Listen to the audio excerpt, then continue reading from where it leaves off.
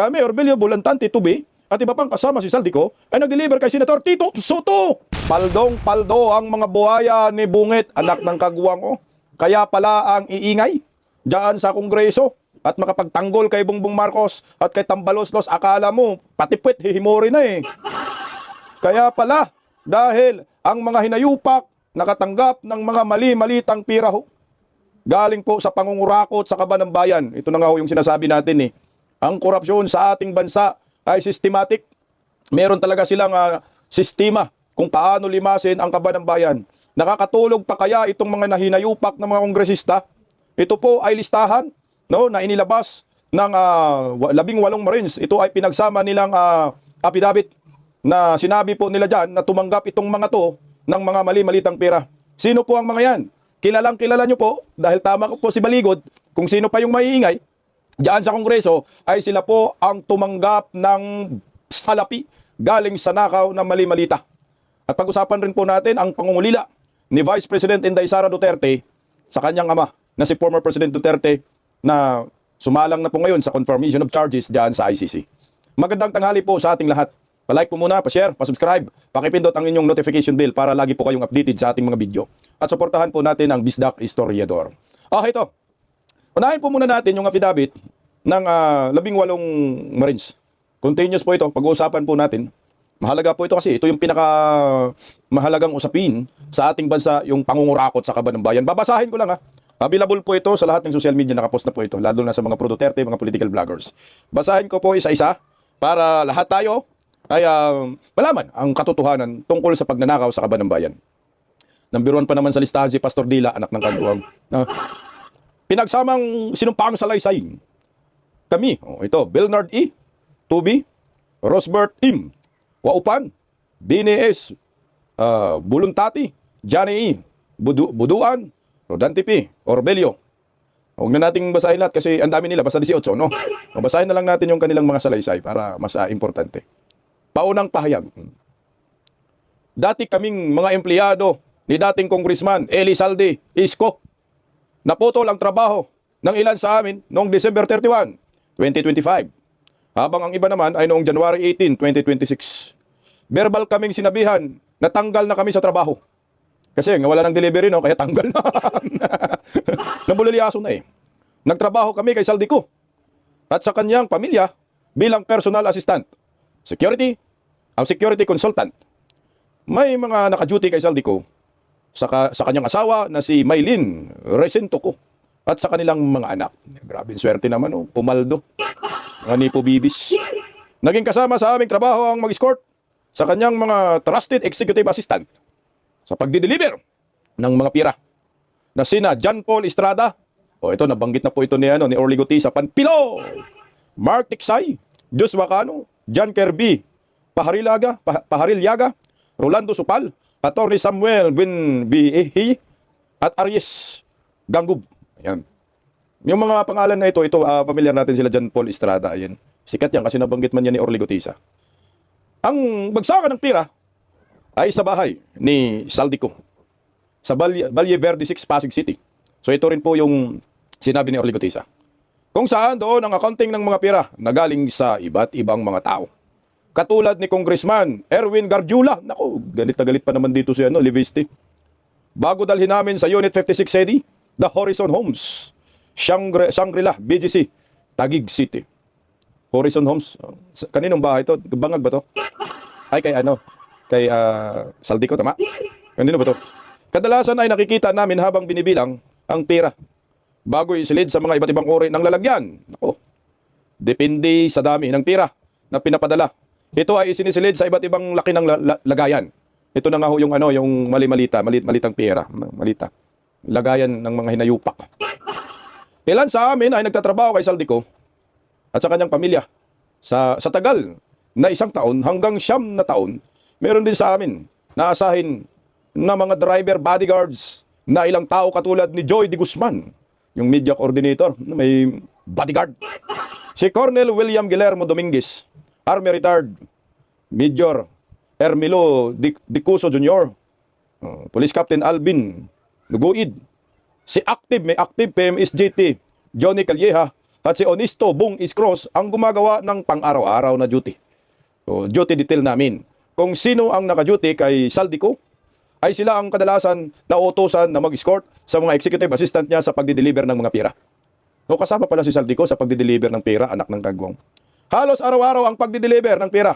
Iba't ibang mga tao.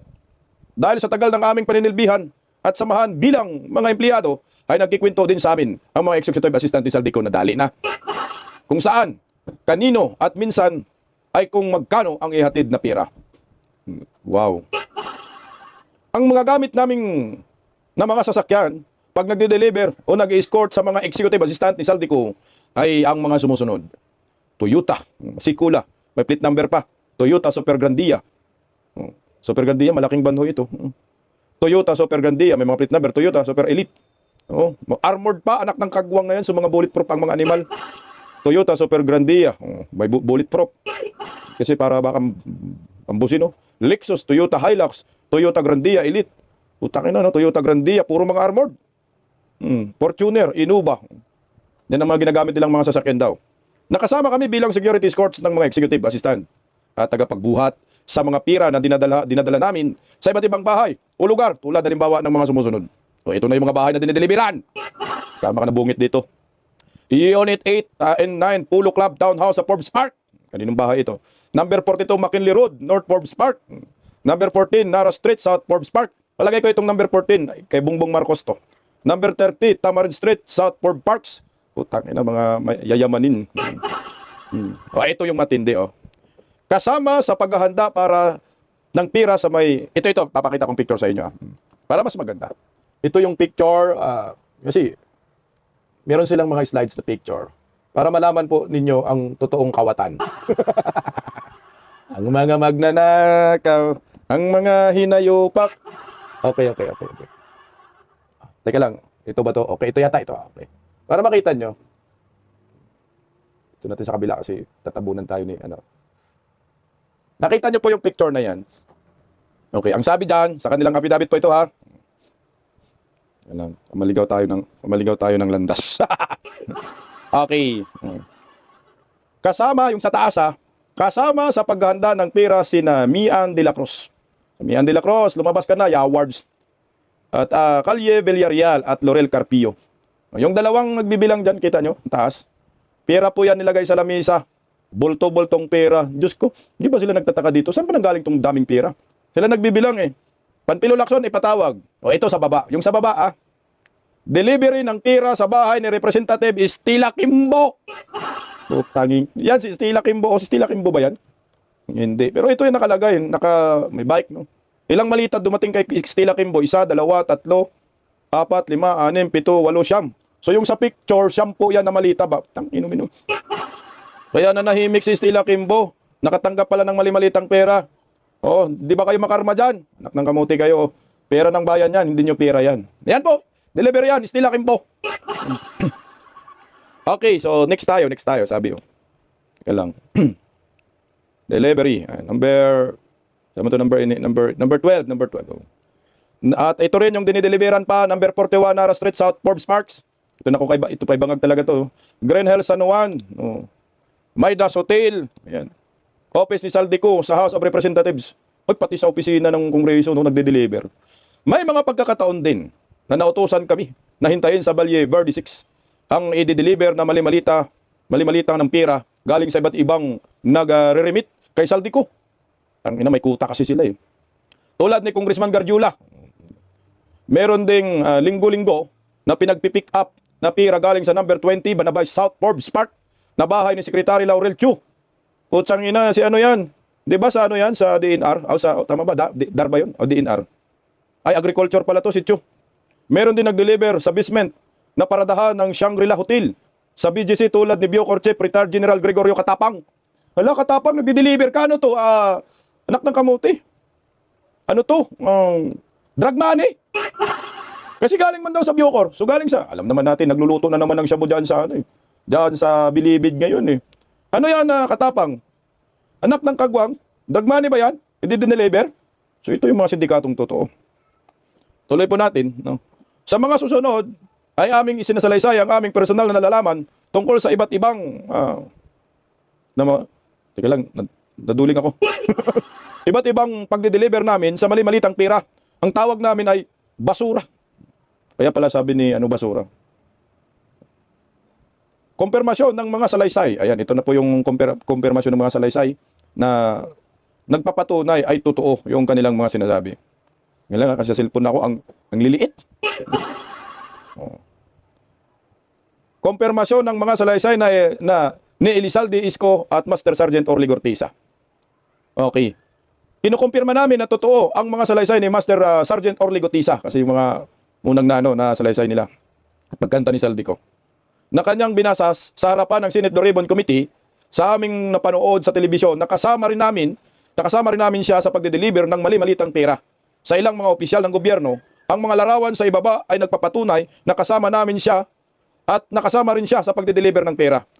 Ito, si Orly Gortiza. Merong larawan na pinapakita nila. Diyan na, medyo hindi ko nalagay na agad kasi mahaba yung sinasalaysay nila. Larawan. O, ito po yung larawan na sinasabi ni ng kanilang pinanumpaan. Ayan. Yung sa baba, lakihan natin para yung nakalagay na araw, yan po si Orly Gortiza, no? Nakasama po nila sa pagdi-deliver ng mali-malitang pira. Hanggang lang tayo, hanggang doon sa mga pinangalanan nilang dinideliveran.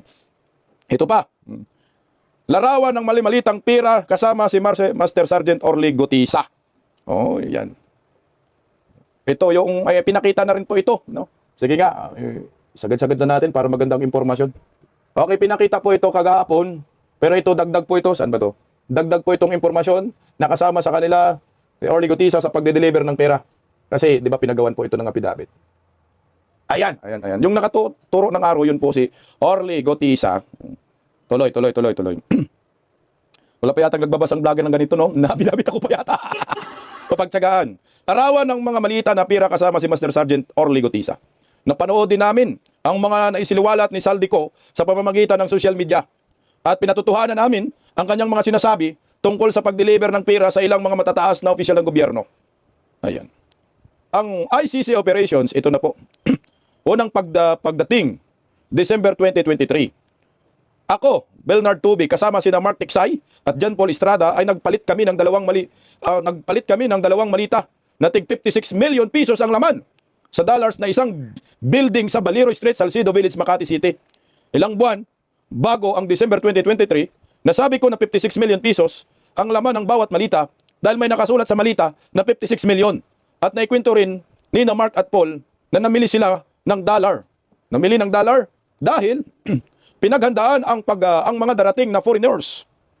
At si former Senator Sonny Trillanes ang in charge sa kanila. Tunyo nang ngiyak-ngiyak. Pagdating ng December 2023 ay kami, Rosbert, Waupaan, Romil Sigalapon, Cecilio Laroder, Bernardo Tubi at iba pa naming mga kasamahan ay nautusan na sunduin ang mga tinatawag ni na Mark at Paul na foreigners sa airport. Binigay ni Sonny Trillanes sa akin, Bernard Tubi, ang contact numbers ng mga darating na foreigners. Unang dumating ay dalawang lalaki na ang pangapangalan ay si Glyn Cala at William Rosato. Sa sumunod na gabi ay 4 na babae naman ang dumating, na isa sa kanila ay si Chantal Daniela. Anak ng kagwang, ito na yung mga sa ICC. Ilan sa mga ginagamit ng mga foreigners na sasakyan ni Saldico ay pinapakita sa larawan sa ibaba. Okay, ito may papakita po tayong larawan na naman. Ito po yung affidavit. Baka magkaroon tayo ng season 2 dito. Ano po yung mga pinapakitang larawan sa ibaba? Ito po yun. Tagaan natin to guys. Mahalaga po ito. Lakayan na natin para makita ng... Ayan po yung mga luxury cars na sumundo sa tauhan ng mga ICC, mga hinayupak kayo. Tumuloy ang mga taga-ICC sa Citadines, Makati at nag-stay sila doon ng mga 2 linggo. Na-assign ang ilan sa amin na mag-provide ng security sa mga foreigners habang sila ay nandito sa Pilipinas. Utang inumin nyo! Saldico, kumanta ka na rin. Kayo pala talaga nagpundo dito sa ICC. Ang kanilang accommodation sa Citadines, Makati ay sinagot ni Saldico dahil si Mark Tiksay ang nagbayad. Anak ng kaguwang. May karma talaga to sa kanila. Naglibot ang mga foreigners sa iba't ibang lugar sa Maynila, Quezon City gamit ang mga sasakyan ni Saldico. At sa aming narinig, na usapan nila ay pinupuntahan nila ang mga lugar na kung saan di umano nangyari ang mga IGK na konektado sa war on drugs ni dating Pangulo na si Rodrigo Duterte. Pagkatapos nilang umikot ng ilang araw sa Manila at Quezon City, ay nagmeeting ang mga foreigners kasama si Sunny Trillanes sa Dusit Tanit Hotel sa Makati City. Nagmeeting din ang mga foreigners sa Unit 9 Manila Polo Club. Tragis, no? Ganong katindi itong mga hinayupak na to. Sa buhatan talaga ho ang nangyayari po. Ito.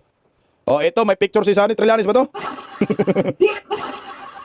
Tuloy natin si Sunny Trillanes kay Bernard Tubi, ang contact numbers ng mga taga-ICC na aming susunduin sa airport.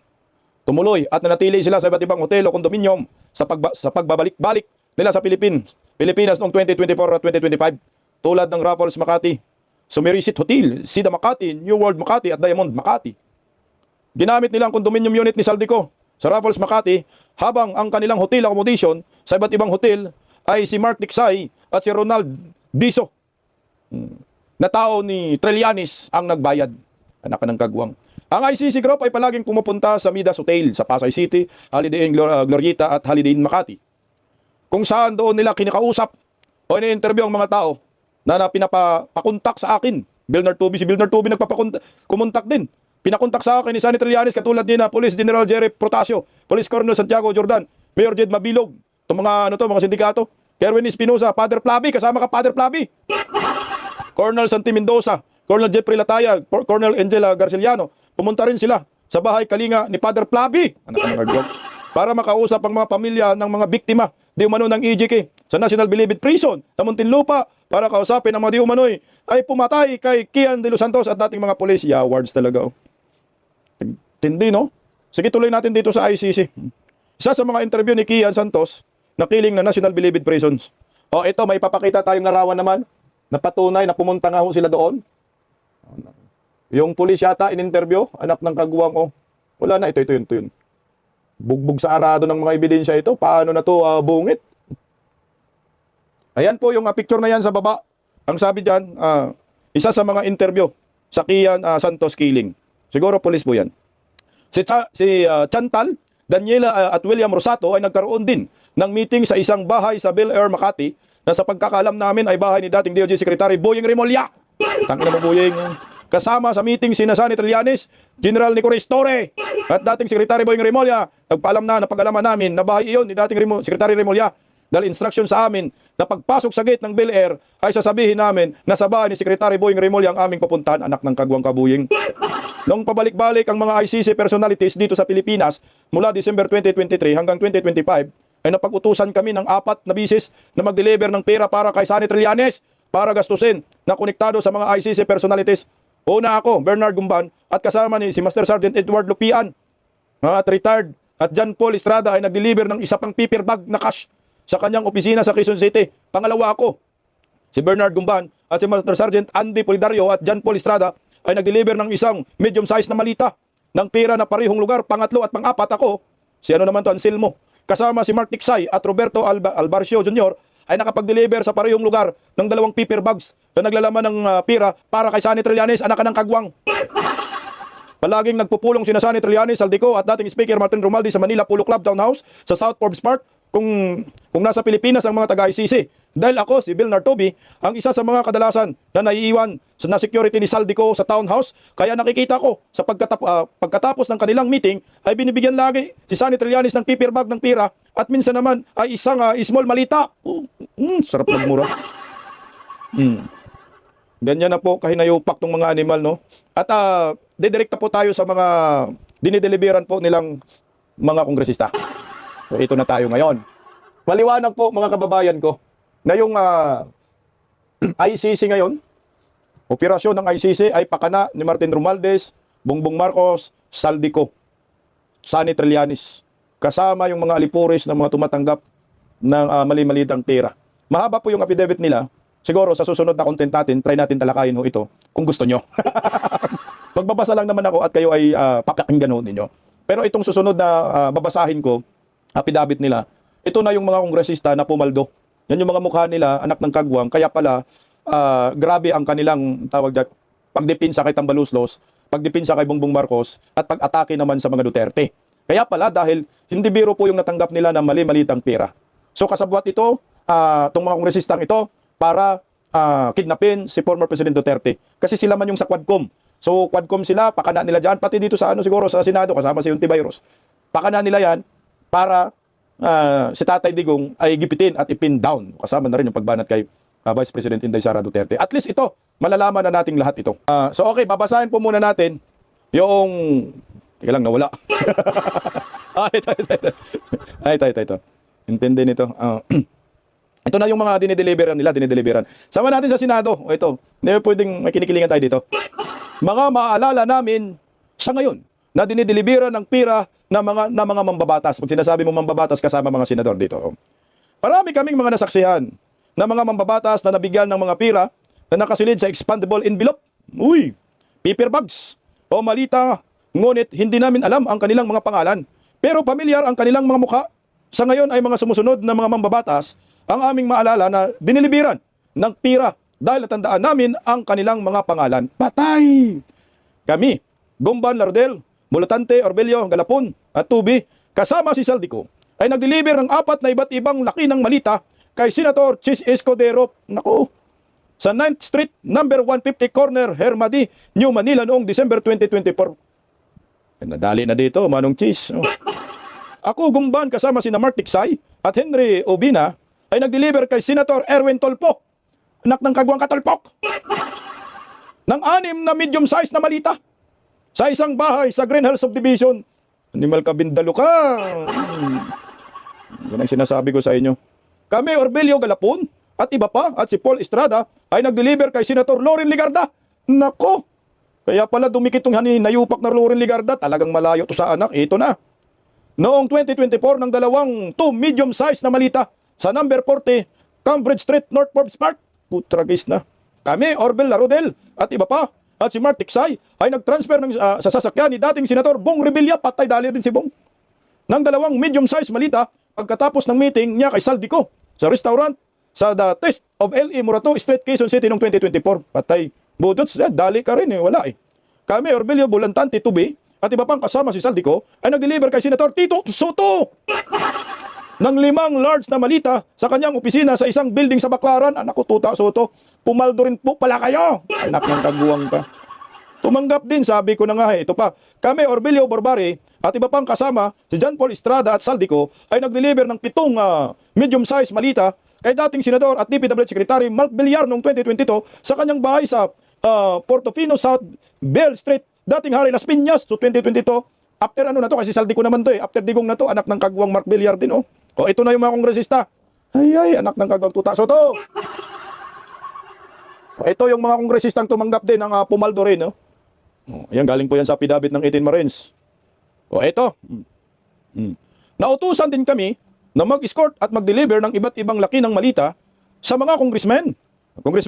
Naalala namin na ngayon, dahil sila ay napapanood namin na kausap sila ni Saldico, nag-deliver kami na mismo sa bahay ng ilang sa House of Representatives.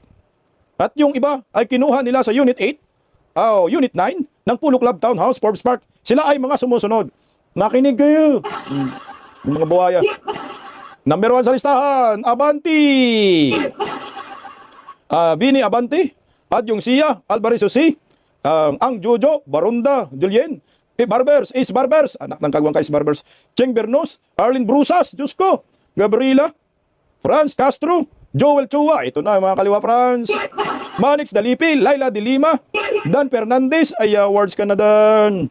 Janet Garin, Dong Gonzales, G. Conghon, Gerber Luistro, Jinky, Raul Manuel, Sandro Marcos, Paulo Ortiga, Joseph Paduano, Estela Kimbo, Martin Romualdez, Jeji Suarez, Erwin Tolpok.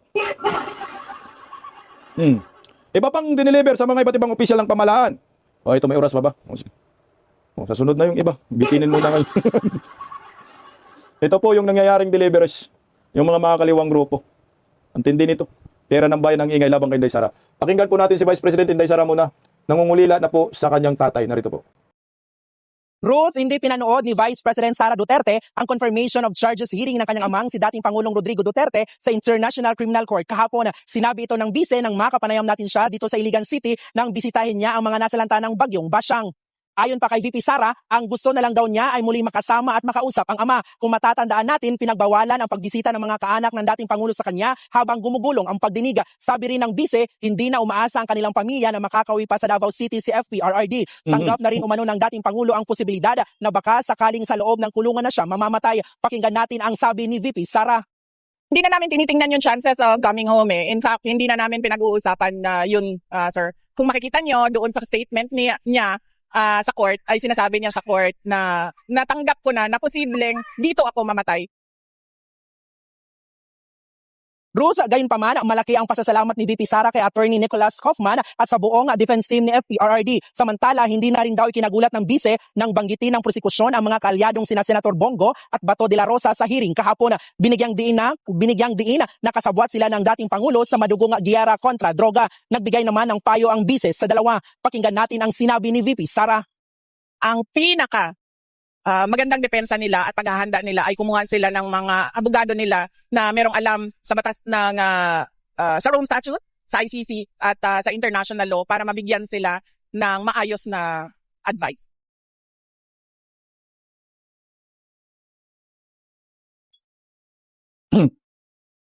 No, bago Ruth, tayo ng... naghahanda na raw ang legal team ni VP Sara sakaling Gusto ko kasi itanong, yan nga yung issue ng impeachment. Na-endorse na nga kasi yan doon sa House Justice Committee. Kaya kung may reaction ba dyan, itong si VP Sara. Yun nga, Ruth, no, sakaling umanong ipatawag ng Kongreso hinggil sa inihahing impeachment complaint laban sa kanya. Inaasahan na raw niya na magpapaulit-ulit lang ang impeachment hanggang nakaupo siya bilang vice-presidente. Dagdag pa niya, walang kinalaman ang pag-anunsyo niya ng kandidatura sa 2028 sa impeachment laban sa kanya. Nauna na kasi nga sinabi ng ilang kongresista na paninindik ito ng vice sa mga mambabatas. Narito ang pahayag ni VP Sara. Pa lang, sinimulan na. Inassume na ng lahat na tatakbo akong Pangulo at sinimulan na nila yung pagsira sa pangalan ko. So bakit ko pa ba i-delay yung pagsabi na tatakbo ako kung nakapag-desisyon na ako? Wala na eh. Nakita nyo, nag-file na ng impeachment last year, tapos nag-file na naman ng impeachment ngayon at makita ninyo sa timeline, nagsimula lahat 2023 pa lang sa paninira at sa, ano bang tawag niyan? Demolition job. Yan, kasi sinabi na to ni VP Sara na last year pa ata may pusuan na siya ng kanyang running mate. Ano? May binanggit ba siya dyan? Sino kaya yan? Si Bisdak. Ruth, ating ngang panayam kay VP Sara, kinumpirma niyang may na-recruit na siyang magiging katandem sa 2028 elections pero tumanggi siyang pangalanan ito para raw maiwasan ang isyu. Pakinggan natin ang sinabi ni VP Sara.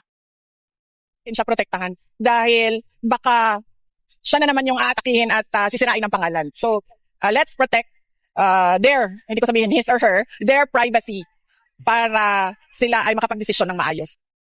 Ayan na ho, ito na nga po yung nangyayari ngayon eh. Nagdahil sa silos ba? Ilang nawala lahat. Nagdahil sa silos ng mga Marcoses, yung mga Young Guns, sa mga Duterte, inubos nila ang kaban ng bayan. Tapos, ito ngayon, ang nangyari sa ating bansa. Lugmok ang ekonomiya, kaliwat ka ng korupsyon, at tayo lahat ay nahihirapan. Kapit lang, Tatay Digong. Basta, kahit anong mangyari, kahit naman kami nangungulila rin at hindi na rin kami umasa na si Tatay Digong ay mapagbigyan ng ICC dito sa confirmation hearing. Pero naniniwala kami, bayani ka, Tatay Digong, sa puso ng bawat Pilipino. Duterte!